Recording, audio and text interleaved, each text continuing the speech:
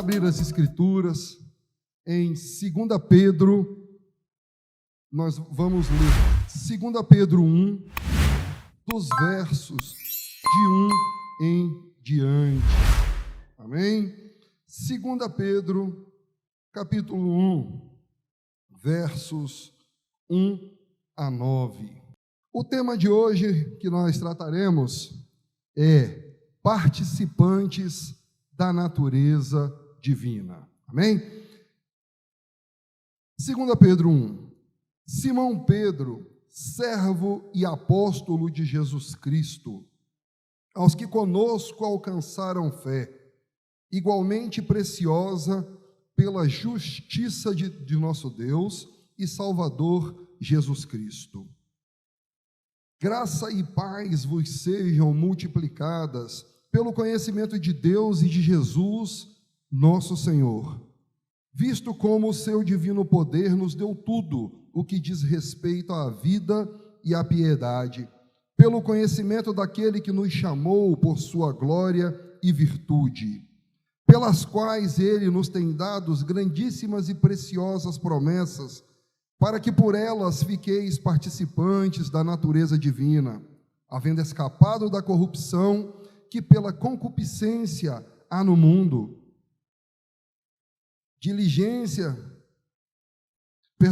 E vós também, pondo nisto mesmo toda a diligência, acrescentai à vossa fé a virtude, e à virtude a ciência, e à ciência a temperança, e à temperança a paciência, e à paciência piedade, e à piedade a fraternidade, e à fraternidade o amor.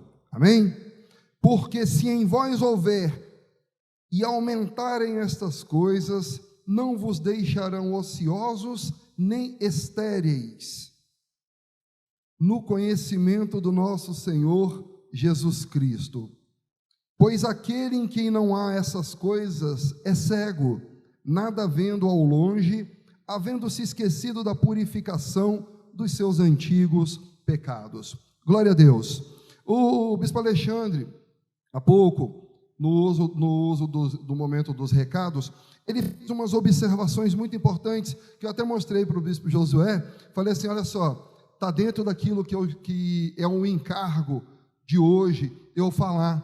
Trata-se sobre a questão daquilo que nós temos recebido de Deus, aquilo que nós temos ouvido de Deus, e nós estamos aqui pregando toda semana tem sido feito estudo, toda semana tem sido feito, temos feito aqui pregações, tem o estudo de quarta-feira, tem o Sem Fronteiras na reunião semanal, nós temos a oportunidade de uso do grupo de WhatsApp para retirar todas as dúvidas que eventualmente nós tivermos. Então, nós temos dedicado, tanto os pastores quanto os cooperadores têm dedicado o tempo para que o encargo deste ministério seja cumprido. E qual é o encargo deste ministério que pode, como foi dito há pouco, ser confundido muitas vezes como, não há nada de diferente, eu mudei de local por congregar, porque eu estou na igreja mais próxima da minha casa, prega igualzinho o que vocês pregam, é mesmo, como foi o exemplo, a IURD, nossa, prega igualzinho, né? Então, tudo bem. Então, para que nós possamos ter uma vida espiritual sadia, nós precisamos compreender aquilo que tem sido ministrado como encargo ministerial, tem sido dedicado tempo, tem sido dedicado esforços para que vocês que estão aí e nós que estamos aqui possamos estar em comunhão com aqueles que outrora escreveram a seguinte epístola. Aquilo que temos visto, aquilo que temos recebido do Pai, aquilo que vimos com os nossos olhos e com as nossas mãos nós tocamos, isso ensinamos a vocês para que vocês tenham comunhão conosco. 1 João 1, ele já começa a epístola falando, aquilo que vimos com os nossos olhos. Parece redundante falar, vimos com os nossos olhos, tocamos com a nossa mão. Parece que é a mesma coisa você falar, eu subi para cima, eu desci para baixo.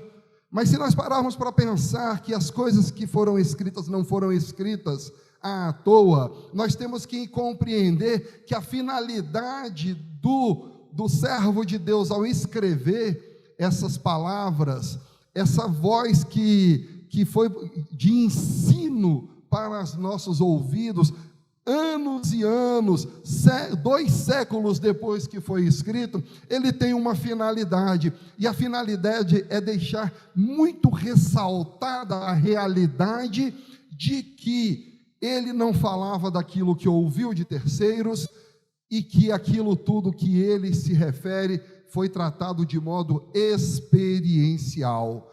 Ele tem experiência com o verbo da vida, ele se dedica a escrever aquilo que ele experimentou de Deus, aquilo que ele recebeu de Deus por intermédio de sua vivência em Jesus Cristo, e ele divide conosco. Então aquilo que os olhos viram, aquilo que ele viu com os próprios olhos, aquilo que ele tocou com as próprias mãos, ele deixa claro, isso que eu tenho experimentado, isso que nós apóstolos temos experimentado, isso é o que vos ensinamos. Então, é conveniente que, como servos de Deus, nós paremos para poder escutar aqueles que experienciaram uma vida com o próprio Verbo encarnado. Nós precisamos nos despir de tudo aquilo que é cultural, de tudo aquilo que é fruto da sua existência geográfica, da sua existência histórica, para compreender, e somente esvaziando a sua mente daquilo tudo que é uma carga emocional, a forma como você recebe o ministrado, a sua carga histórica, porque dentro da carga histórica, se você nascesse em 1340, na Europa, você acreditaria que simplesmente ao se dirigir a uma congregação e estar ali sendo recebido uma ministração em latim, uma linguagem que ninguém compreendia, somente o clero era conhecedor daquelas palavras que eles diziam, e por estar na igreja naquele momento, recebendo as palavras em latim, eles já seriam abençoados, tão somente por isso. Mas se você tivesse nascido em 1500, 1600 e pouco, talvez você acreditasse que o fato de você vestir uma túnica, botar uma grande cruz, embanhar uma espada e partir numa cruzada, matando todo aquele que não professasse a Jesus Cristo, talvez você acreditasse que você estava sim fazendo a vontade de Deus, que você estava sim seguindo o que era a vontade de Deus para a sua vida.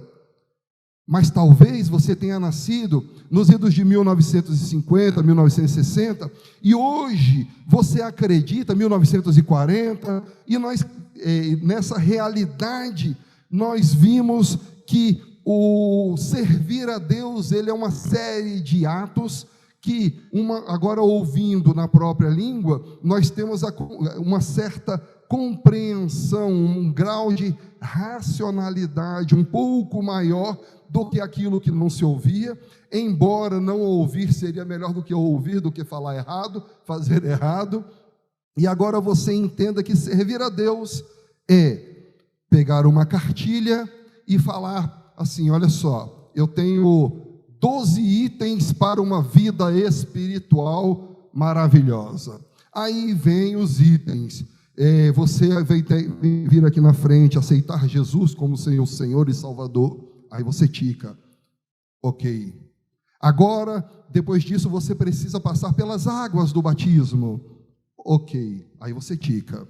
Aí o terceiro ponto, você precisa vir na reunião de segunda-feira, que é a reunião de oração, na terça-feira, que é a reunião de doutrina, na quarta-feira, que é a do estudo da palavra, Na quinta-feira, que é o culto profético da conquista da semente que você plantará. Na sexta-feira, que é a reunião de consagração especial das 7 semanas. Aí você acredita que a sua vida de afazeres dentro da igreja, de ir para a igreja e participar de todos os cultos, eu estou botando exemplo que eu segui. Aí tinha na sexta, tinha sábado e tinha domingo de manhã e domingo à noite, de modo que nós tínhamos esse congregar todos os dias da semana. E aí, então, eu ticava dizendo assim, que maravilha. Aí o outro ponto, não, agora você precisa mudar as suas vestes. Eu lembro que eu usava um short baitico, aquele short curtinho, né? E, de repente, é claro que a gente vai ouvindo e a gente fala, o Senhor incomodou, o Senhor me incomodou para poder mudar as minhas vestes. Por quê? Quando Eliseu foi reconhecido no deserto, eles perguntaram como ele se vestia. Quem já ouviu essa pregação? Aí ele fala assim, ele se vestia de tal maneira assim, ele se vestia de couro, Aí agora ele diz, esse é o homem de Deus. Está vendo, irmãos? Então vocês precisam mudar as suas vestes. E eu tomava aquilo para mim.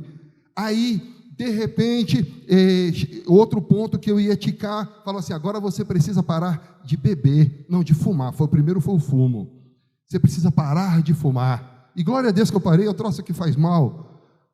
Agora você precisa parar de beber. De modo que a gente ia olhando item por item, ponto por ponto, e a gente falava assim, nossa, como eu estou indo bem no Senhor, como eu estou bem na minha vida espiritual. Mas quando alguém me dava uma fechada no carro, aquele demônio que agia dentro de mim, ele criava uma força tão extraordinária, que eu já xingava e metia o dedo para o cara, e queria que ele parasse o carro para eu poder brigar, mas não era dito, meu irmão, a transformação ela é do coração. A geração da vida de Deus, ela é algo oriundo de uma transformação da tua mente e do teu coração. De modo que agora, se você der sequência a essa mesma coisa, aquilo que provém do teu coração, continuar te guiando, não adianta nada exterior para poder você dizer, eu estou me apresentando diante de Deus, que não há nada exterior que mude a sua realidade espiritual. Um dia eu brinquei aqui falando assim, se todo pecado saísse na urina, estava resolvido o problema do mundo. Já pensou se o problema do mundo fosse a cerveja? Se o problema do mundo fosse as vestes que você usa? Se o problema do mundo fosse o palavrão que você não diz? Eu não estou fazendo menção a essas coisas, falando para vocês fazerem ou não fazerem. A vida espiritual de cada um, as experiências oriundas da sua relação com o Espírito, são pessoais, e isso o Espírito vai moldando e vai mudando cada uma dessas existências, cada uma dessas realidades no teu coração. O ponto que eu quero dizer existe um encargo neste ministério, que é destronar, é arrancar toda essa série de enganos, que nos dão a sensação, uma ilusão de que eu estou bem, quando na verdade, se você tiver sinceridade e olhar no espelho, você vai ver o quanto que o teu coração ainda está podre, enquanto que a tua alma ainda é doente, e você não consegue aceitar, porque você criou, tal qual Adão fez, teceu vestes de justificação para si. No momento em que ele cose as vestes e se cobre, aquilo dali é ele tecendo redenção para si, ao invés de falar, Senhor, eu pequei contra ti e pequei contra os céus.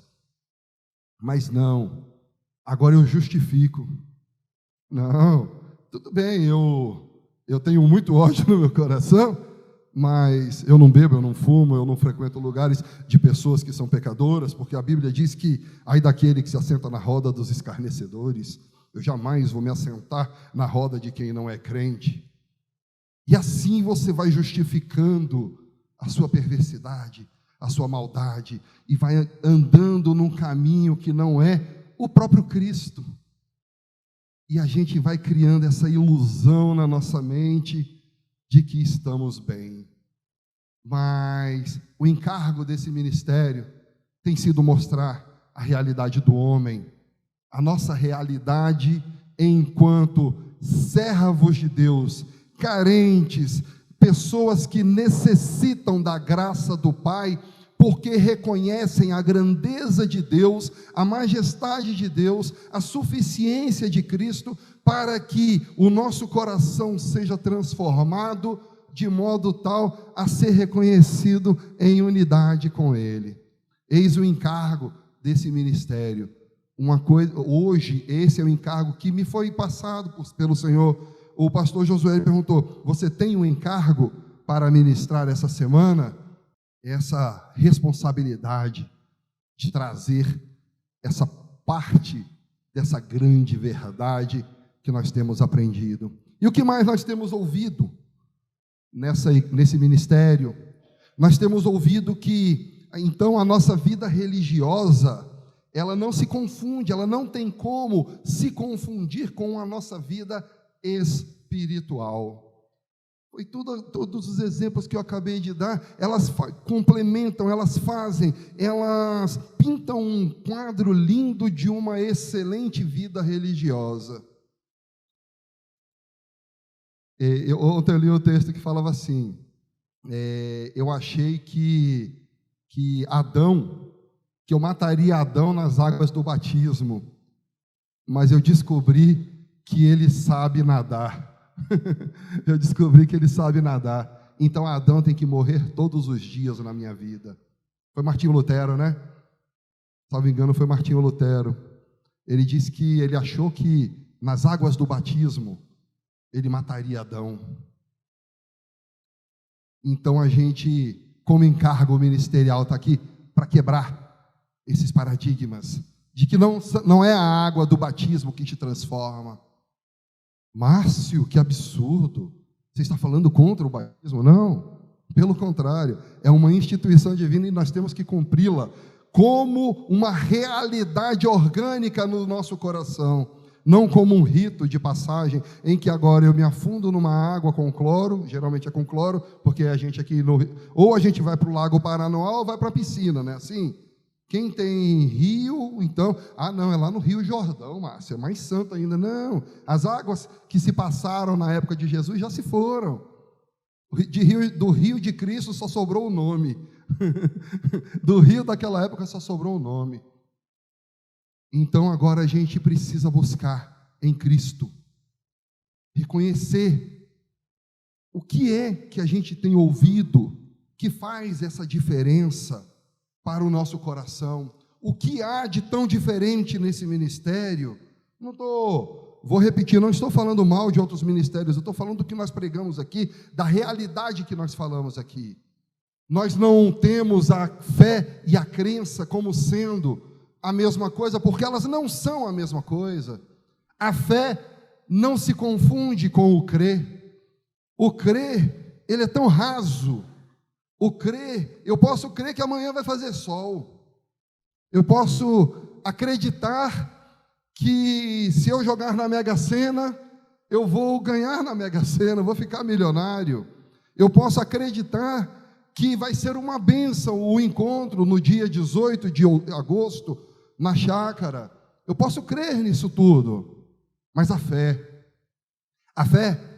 ela não pode ser confundida, porque simplesmente a fé, ela é algo tão profunda, ela é uma realidade tão diferenciada do que nos foi outorgado crer, nos foi imposto crer, nos foi repassado nas décadas, nos séculos, porque a fé, ela pode ser olhada naquela figura metafórica do Éden, quando Adão adormecido, aí a Escritura nos mostra de forma metafórica que ao dormir, Deus tirou uma costela de Adão e dessa costela ele fez Eva. Aí Adão olha para Eva e fala assim: agora sim, osso dos meus ossos, carne da minha carne. A fé é aquela que te transforma e gera em ti a fidelização, a fidedignidade para com aquele que você professa crer. Se você diz, eu creio em Jesus Cristo, não se espantem com o que eu vou dizer. Talvez, se eu perguntar, 100% daqui diga que creia, mas não é difícil que 10% apenas verdadeiramente creia. 5%? 3%? Não sei. Por que, Márcio, que você diz isso? Porque a fé, ela pressupõe uma mudança interior, uma morte do eu, ao ponto de que agora nós nos identificamos com aquele ser que nós dizemos ter fé. Aí você diz, não, mas mesmo assim, eu te repreendo em nome de Jesus, não é assim que dizem? Eu não aceito essa sua palavra. Então, vejamos. Quantos acreditam nas Escrituras? Levanta a mão. Eu acredito. Alguns não, glória a Deus. Deus vai mudar isso. Eu acredito nas Escrituras. Quantos acreditam que Cristo não mente? Eu acredito. Lógico. Por que eu seguiria? Quantos daqui creem, têm fé em Jesus, com Jesus? Quantos daqui, não precisa levantar, dão a face direita quando lhe batem na esquerda? Não precisa levantar a mão. Quantos lhe dão a capa quando lhe roubam a túnica? Quantos não julgam quando vem o irmão pecar?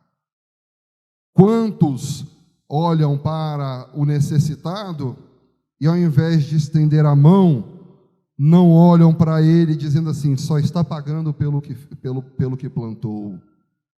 Quantos, vocês entendem que há uma grande diferença do acreditar para o estar fidedigno? Carne da minha carne, osso dos meus ossos, ossos dos meus ossos. A fé, ela pressupõe essa transformação constante em Cristo, essa transformação e essa geração da vida de Cristo. Não há uma fé genuína se não houver transformação. E o nosso paradigma de transformação é Cristo. Tão somente Cristo.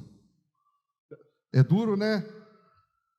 É duro a gente parar para ouvir verdadeiramente o Evangelho e a gente saber assim, nossa, quão distante eu estou ainda, embora a minha busca ela já dure 10, 20, 30, 40, 50, 60 anos, eu estou vendo o quão distante eu ainda estou dessa organicidade, dessa realidade comum, que é Cristo, da geração da vida de Cristo em nós. Amém, irmãos? Amém? O Evangelho, como consta das Escrituras, ele, embora seja destinado para todos, ele não é para todos. Foi afirmado isso semana passada, e talvez ao ouvir essa verdade você se assuste. O Evangelho que é para todos, não é para todos. Porque esse Evangelho que é para todos, da parte de Cristo, ele pressupõe que ao ouvir, ao escutar aquela palavra, ao ouvir aquela palavra, você faça como a vaca que fique digerindo aquela palavra, passando de um estômago para outro, ruminando essa palavra, de modo que você precisa se olhar no espelho e se enxergar nela. Mas o que fazemos cotidianamente? Nós ouvimos a palavra e falamos, como fulano tinha que estar aqui. Não, essa palavra é para você, essa palavra é para mim, individualmente. Ela é gerada, ela é geradora de vida, ela é geradora de transformação para cada um de nós. Essa é a verdade. O Evangelho, embora em Cristo tenha sido para todos, na nossa realidade ela não vai ser para todos. 2 Pedro 1:1, ele diz, 2 Pedro 1:1. Olha como é que ele escreve essa epístola. Simão Pedro, servo e apóstolo de Jesus Cristo, aos que conosco alcançaram fé, igualmente preciosa pela justiça do nosso Deus e Salvador Jesus Cristo. Aos que conosco quem? Os apóstolos. Ele fala, aos que junto dos apóstolos alcançaram fé. Quantos aqui alcançaram fé? Amém? Igualmente preciosa pela justiça do nosso Deus e Salvador. O primeiro ponto que eu quero tratar com vocês nesse momento é: alcançaram fé pela justiça do nosso Deus e Salvador. A fé genuína que devemos experimentar, ela não é alcançada por aquilo que você pode dar, ela não é alcançada por aquilo que você pode fazer em prol de Deus, ela não é alcançada enquanto você, como ser humano, o que você pode dar para Deus e fazer para Ele. Ela é alcançada pela justiça de Deus. Em resumo, Márcio, o que você quer dizer? Que não há nada na tua vida, não há nada na tua existência, porque somos meramente existências. Eu achei engraçada a expressão que foi usada semana passada, que como existências, nós somos a coisa pelo meio do qual se manifesta a vida. A coisa pelo meio do qual se manifesta a vida. E nós estamos sempre olhando para o oleiro como barro, falando assim, olha, por que tu me fazes dessa forma? Olha, imagina o barro olhando para o oleiro, está lá o oleiro moldando o barro, socando o barro para quebrar as pedras, molhando para poder deixar no ponto de transformar. E aí nós olhamos agora para o oleiro como vasos de barro e falamos, por que você está me fazendo dessa forma? Isso tem cabimento? Mas assim nós procedemos na nossa realidade diária. Senhor, por quê? Senhor, por que isso? Quando o nosso coração, ele deve ser ensinável no Pai. Senhor, não sei, eu não entendo, mas a tua justiça é quem me conduz, é a tua mão quem me guia. Se hoje eu respiro, é pela tua graça e misericórdia.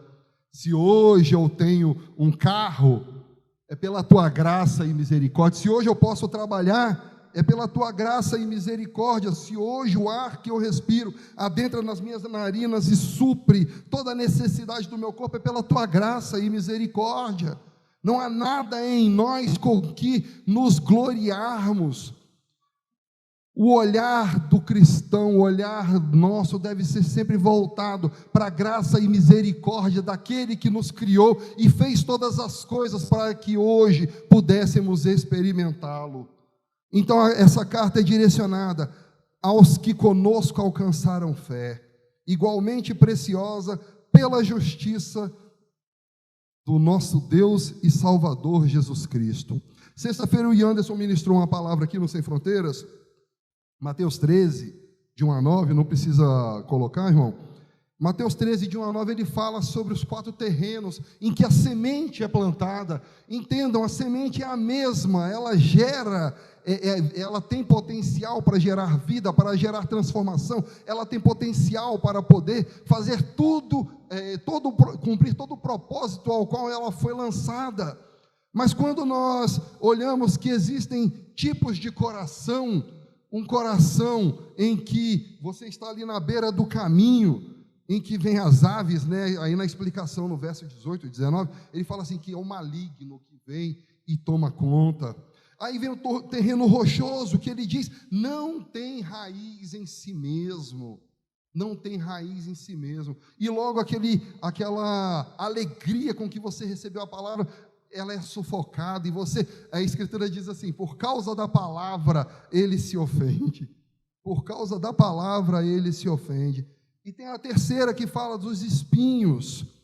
Esses espinhos que sufocam são as coisas desse mundo. E ontem eu falando com a Loura, né? A Loura está viajando, e eu falando com ela, falando assim, preparando a palavra e cortando no lombo. Preparando a palavra e cortando no lombo, porque a gente é contraditado. A palavra, ela tem que gerar em nós uma vergonha.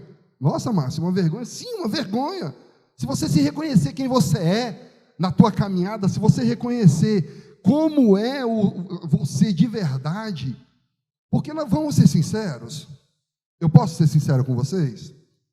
Vocês me permitem. Não é ofensa, não é agressão, não é nada disso. Vocês sabem da inveja que sentem? Não precisa responder.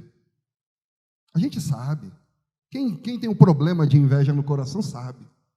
Você sabe da lascívia que está no coração? Quem tem problema com a lascívia sabe. Você sabe da mentira que você conta? Quem tem problema com a mentira sabe. Você sabe da mente enganadora, da mente perversa de maquinar o mal para que você saia em relevo? Quem tem problema nessa área sabe.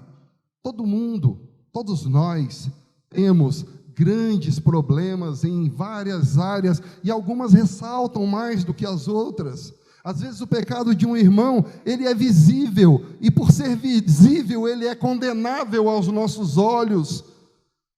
Mas porque você que faz as coisas escondido, você que faz as coisas de modo oculto, você se acha na possibilidade e capacidade de subir num pedestal e condenar e julgar.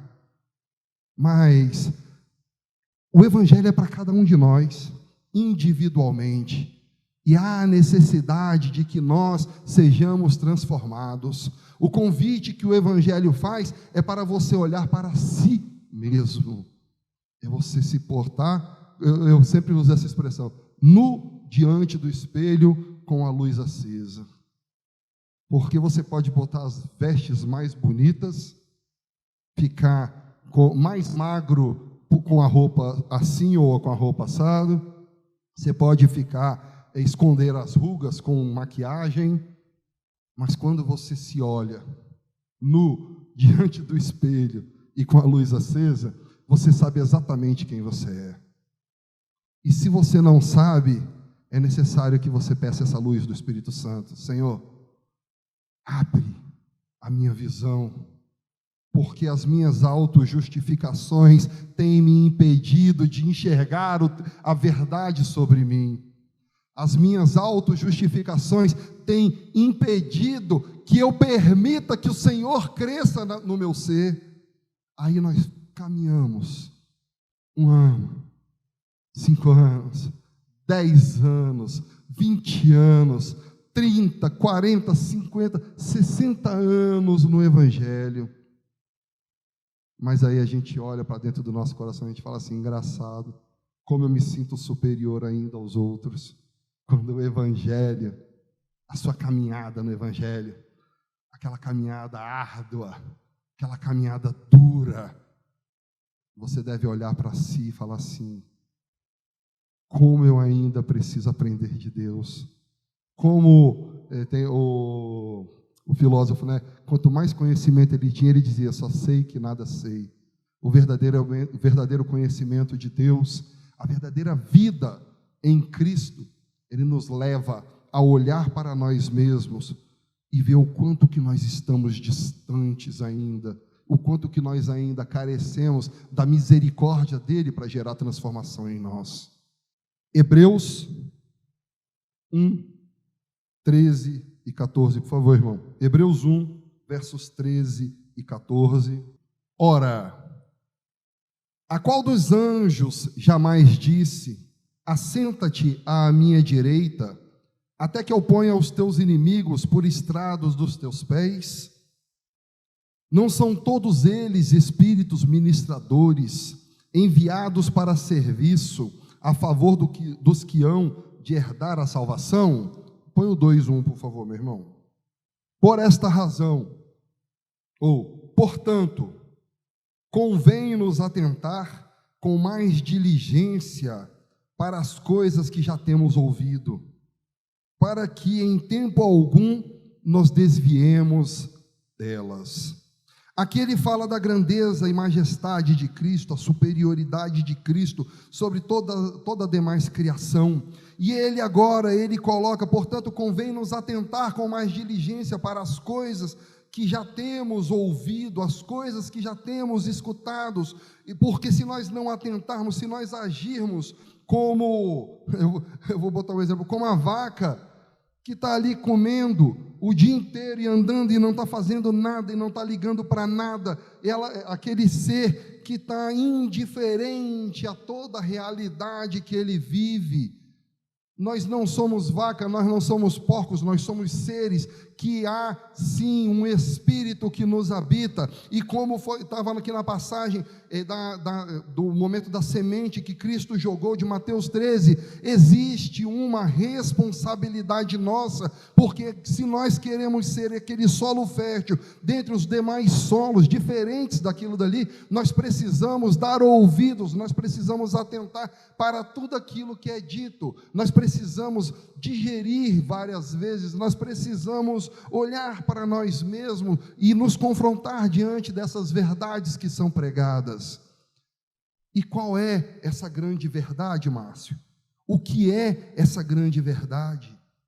Uma das grandes verdades é que a justiça, a fé, a nossa realidade espiritual, ela depende primordialmente daquilo que Cristo fez em nós, de modo que você não tem em si nada que você possa fazer e oferecer para Deus. Tem um exemplo que fala nas Escrituras, eu acho tão interessante, que ele fala da fé conforme, agora nesse momento de 2 Pedro 1, que ele fala da fé conforme a justiça de Deus.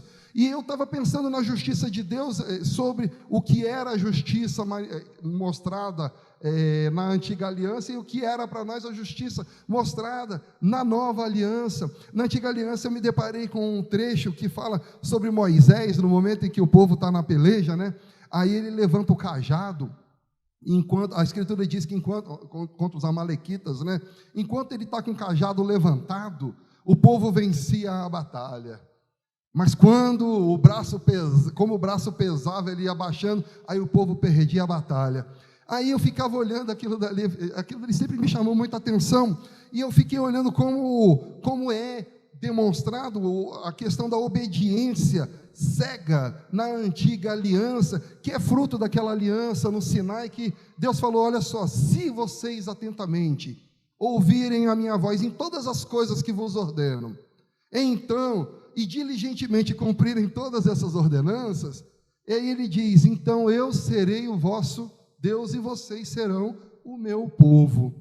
Aí Moisés, como é natural no ser humano, essa vontade e necessidade de gerar para si essa redenção, essa justificação, Moisés fala assim: Senhor, tudo que o Senhor mandar, nós faremos.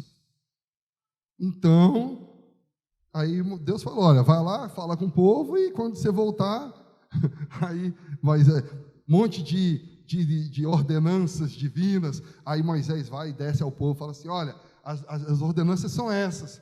Aí você lê Êxodo 19, 20, 21, 22, no Êxodo 24, Moisés desce, já tendo contado tudo para o povo, aí o povo fala: não, tudo que Deus mandar nós faremos. Quando o nosso olhar diante da graça de Deus, diante da santidade de Deus, diante da justiça de Deus, deveria ser, e aqui pego a grande verdade que hoje eu preciso que entre no coração dos irmãos: nós não temos suficiência em nós para gerar redenção. Nós não temos nada de bom em nós que possa gerar uma vida digna em Deus. É duro? É uma pergunta, é duro? Mas quantos podem dizer amém? Reconhecer a sua insuficiência. Sabe o que eu estou fazendo aqui? Eu estou trabalhando, apresentando essas verdades para mostrar que nós precisamos destronar um grande ídolo que nós temos na nossa vida. Nós precisamos destronar o maior impedimento de uma vida espiritual sadia. Nós precisamos destronar o eu. Nós precisamos destronar o ego. Nós precisamos aceitar que nós somos seres que dependem totalmente, integralmente de Deus. O louvor que nós hoje entoamos, obrigado Jesus pelo ar que eu respiro, obrigado Jesus pelo pão que me alimenta, mas você acredita que o pão que te alimenta é fruto do teu trabalho? Então por que obrigado Jesus? Todas as coisas, todas as dádivas que temos na nossa vida.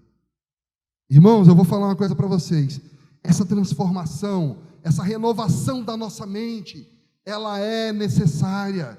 Destronar o eu para colocar Deus no lugar que é dele.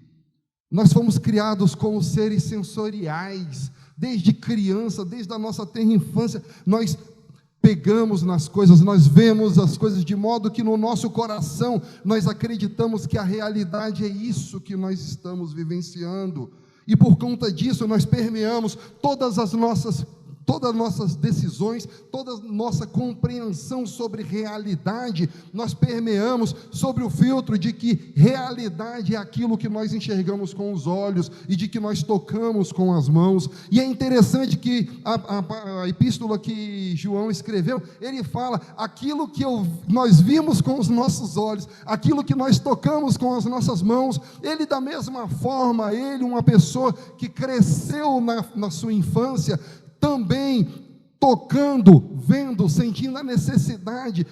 É só olhar o momento da pesca deles e falar, não, Senhor, aqui não tem não, olha a minha experiência de pesca, não, aqui não vai ter nada não. Aí Jesus, olha, joga para o outro lado que você vai ver.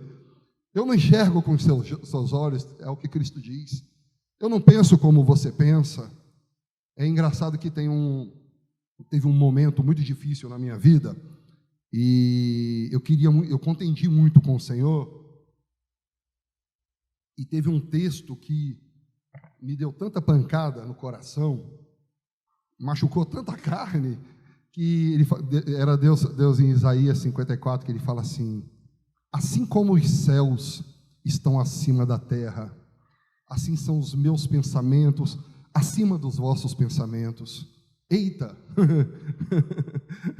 Gente, olha a distância dos céus para a terra. Aí ele coloca assim, assim é o meu pensamento acima dos vossos pensamentos.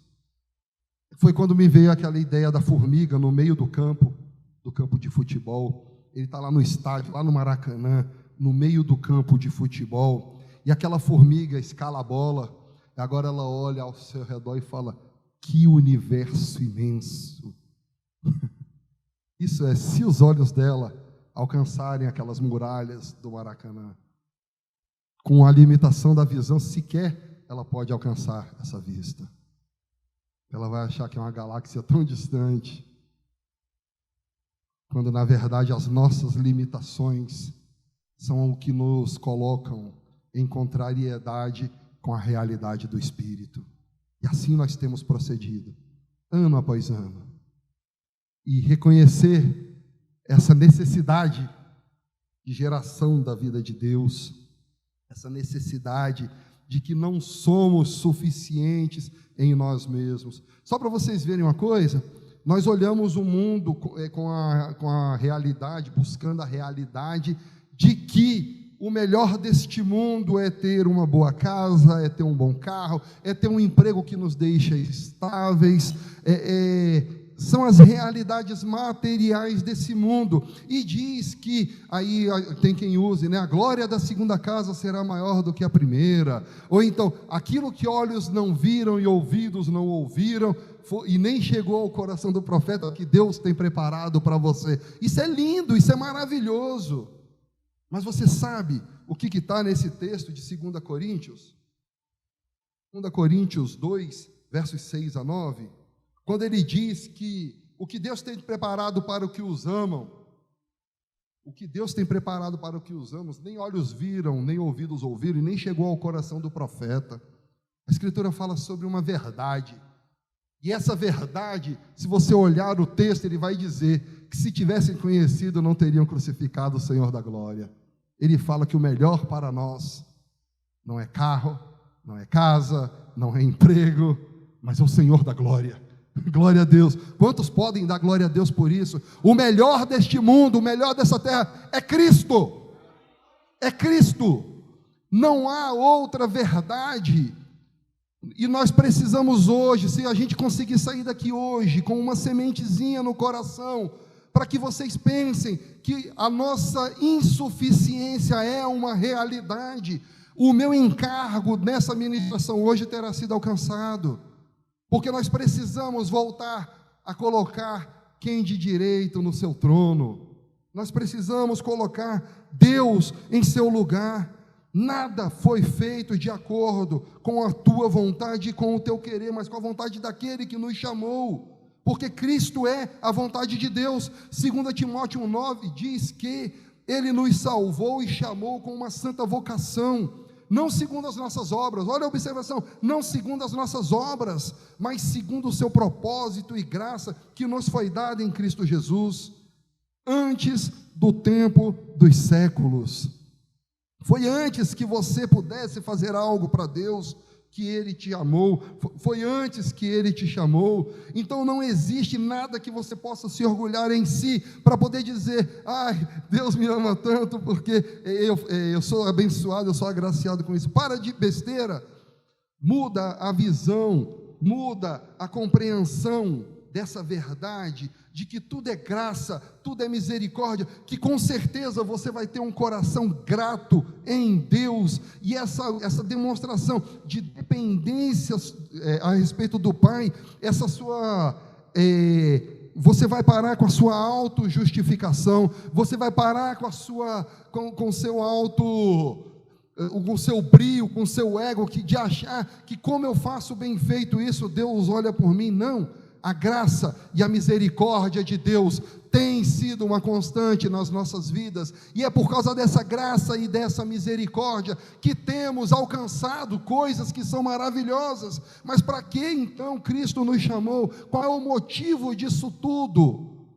Por que temos experimentado essas coisas e ainda não temos visto com os nossos olhos essa geração da vida de Deus em nós? Porque enquanto nós deixarmos o eu no trono, no lugar de glória que é dado ao Senhor, nós não experimentaremos. Mas e agora, Márcia, experimentando isso, conseguindo, gradativamente, dia a dia, eu pensando, eu mastigando essa verdade, que eu não sou suficiente em mim mesmo, que eu não sou bom como eu acho que sou. E agora, o que eu faço com essa verdade? Porque hoje você só veio da lapada em nós. A lapada corta primeiro aqui. Corta primeiro aqui. Porque Deus está falando sobre o lugar dele em nossas vidas. O que Deus está falando é sobre devolver para ele o trono de glória. Essa glória nós não temos. Vamos ler 1 João 1,3. Então, reconhecendo que não somos suficientes, o que fala em 1 Pedro, 1,3, ele diz, visto como o seu divino poder nos deu tudo o que diz respeito à vida e piedade. Deus nos deu tudo. Cadê o Yanderson? A gente brinca com o Yanderson, que tudo, o Yanderson fala em grego, é tudo. Tudo em aramaico, é tudo. Tudo em português é tudo. tudo o que é concernente à vida e à piedade já nos foi entregue por Deus. Já nos foi entregue por Deus, é isso que está escrito? Pelo conhecimento. Opa! Aí esbarra um pouquinho, né? Esbarra que nós precisamos que a nossa consciência seja ganha. Que nós tenhamos a real compreensão de quem é o Pai. Passada a primeira fase de reconhecer quem nós somos, agora a gente passa para a segunda etapa, que é reconhecer quem é o Pai. Esse que é o detentor de todo o poder e toda a glória. Esse de quem se diz que com a palavra fez existir todas as coisas. Esse de quem se diz que a terra é estrado dos seus pés e as nuvens são a poeira do seu pisar. Olha a metáfora utilizada para mostrar a grandeza desse Deus. Esse é aquele é lindo, né? Esse é o que, sendo Deus, ele não se deu por usurpação ser igual a Deus, mas para que nós pudéssemos trilhar um caminho. E por anos eu acreditei que Cristo, ele veio para poder mostrar o caminho das pedras. Quem sabe o significado dessa expressão, o caminho das pedras? Vocês têm compreensão? Imagina que vocês vão atravessar um rio, e ali tem pedras soltas, ok? E quando você começa a passar por aquelas pedras, se alguém tiver passado antes de você, você vai saber exatamente quais pedras pisar e quais pedras não. Não é assim? Então aquela pessoa que vai marcando, fazendo uma marcação no caminho que você deve seguir para que você não caia, para que você não escorregue. Tem compreensão disso? Isso se refere ao caminho das pedras. E eu achei que Cristo tivesse vindo como homem encarnado para nos dar o caminho das pedras, para que nós, seguindo os seus passos, nós assim vivêssemos uma vida sã, uma vida de qualidade, excelência espiritual. Mas, olhando para Cristo, ele diz: eu sou o caminho. Eita! Olha como é que a coisa muda.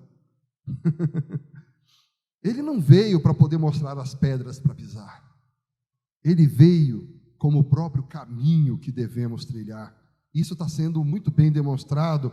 E a importância sobre seguir. E ouvir as outras duas ministrações, ouçam 5, 6, 10 vezes se necessário, até que isso ganhe o teu coração.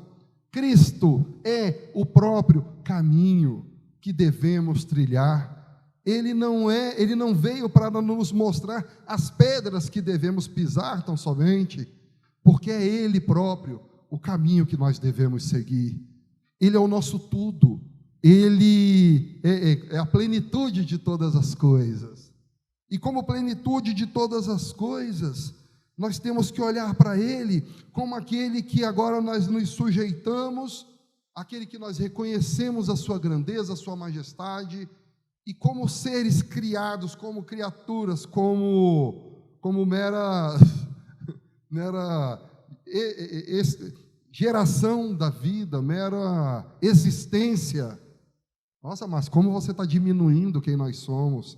Não, eu estou exaltando o Senhor nas nossas vidas, porque aprove a Deus olhar para essa existência, olhar para cada um de nós, e escolher que a verdade dele, que essa vontade do Pai, que é Cristo, ela se multiplique em cada um de nós, que ela seja gerada na sua vida, na sua vida, na sua vida, na sua vida, na sua, em cada um de nós, a vida de Deus sendo gerada e multiplicado para cumprir o propósito eterno do Pai, que é para que todas as coisas convirjam para Jesus Cristo, para o Cristo de Deus. E agora, conscientes de quem nós somos, conscientes de quem é Deus, o que nos cabe diante dessa fé, partindo para o encerramento, que o tempo já está aqui diz: e vós também, pondo nisso mesmo toda a diligência, verso 5, pondo nisso mesmo toda a diligência, acrescentai à vossa fé a virtude. Vocês sabem o que é virtude? Eu fui olhar o dicionário, essa Bíblia aqui é dicionário grego e hebraico, ela fala sobre excelência. Acrescentai à vossa fé a virtude. E a virtude, a ciência. Ciência é conhecimento. E ao conhecimento, a temperança, o equilíbrio. Imagina que nenhum conhecimento tem valor se ele te faz se exaltar sobre o irmão.